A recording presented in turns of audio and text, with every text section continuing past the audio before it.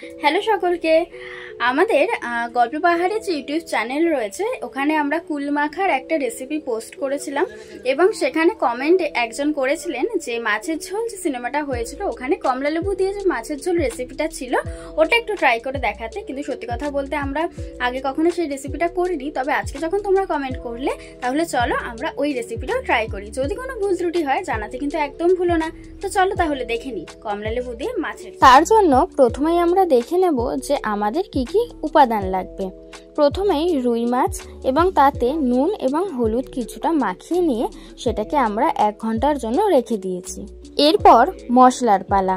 মশলা হিসেবে আমাদের লাগবে নুন, হলুদ, চিনি, জিরে এবং ধনের গুঁড়ো একসঙ্গে করে নিয়েছি আমরা এখানে। এরপরে এখানে টমেটো, আদা এবং কাঁচা লঙ্কা একসঙ্গে করে বেটে নিয়েছি। আর এই যে আমাদের সবথেকে গুরুত্বপূর্ণ উপাদান আজকে রান্নার জন্য মানে হলো কমলা লেবু। আমি এখানে বড় সাইজের 2টো কমলা লেবু নিয়েছি, আপনারা চাইলে সেটা ছোটও নিতে পারেন। এবার প্রথমে কড়াই গরম করে তাতে আমরা কিছুটা পরিমাণে সরষের তেল দিয়ে দেব।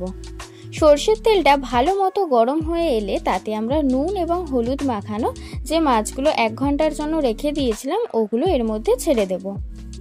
কিছুক্ষণ এগুলোকে ভেজে নেব, তবে হ্যাঁ একদম কড়া করে ভাজা যাবে না, মোটামুটি ভেজে তারপরে সেগুলোকে অন্য একটা পাত্রে তুলে রেখে দিতে হবে। এরপর কড়াইতে ফোড়ন হিসেবে কিছুটা কালো জিরে দিয়ে দেব। তারপর আগে থেকে যে বেটে রেখেছিলাম আদা, লঙ্কা এবং টমেটো সেই পেস্টটাও আমরা এর মধ্যে ভালো মতো দিয়ে দেব। দিয়ে দেওয়ার পরে এটাকে কিছুক্ষণের জন্য আমরা ভেজে নেব।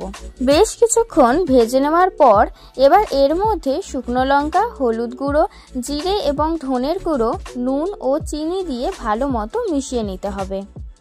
তারপর এর মধ্যে কিছুটা মশলা ধোয়া জলও আমরা দিয়ে দেব। এরপরে একটা কমলা লেবুকে মাঝখান থেকে ভালো মতো কেটে তার ভিতরের রসটুকুকে আমরা বের করে নেব।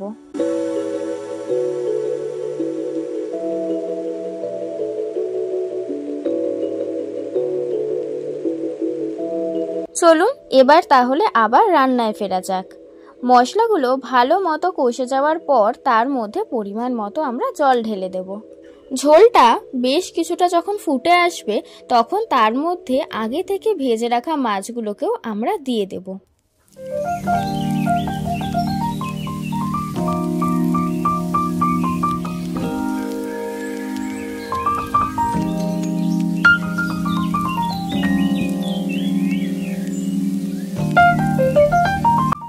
সবটা বেশ সিদ্ধ হয়ে এলে তার মধ্যে ওই কমলা লেবুর রসটা আমরা মিশিয়ে দেব। তবে হ্যাঁ কমলা লেবুর রসটা দেওয়ার পরে বেশিক্ষণ কিন্তু আর ঝোলটাকে ফোটানো যাবে না, তবে স্বাদটা কিন্তু বদলে যাবে। ব্যাস তাহলেই রেডি আমাদের আজকের রেসিপি কমলা লেবু দিয়ে মাছের ঝোল। আপনাদের রেসিপিটা কেমন লাগলো সেটা কিন্তু জানাতে একদম ভুলবেন না। আর হ্যাঁ এরকম আরও ভিডিও পাওয়ার জন্য আমাদেরকে তাড়াতাড়ি সাবস্ক্রাইব করে দিন। এখন টাটা।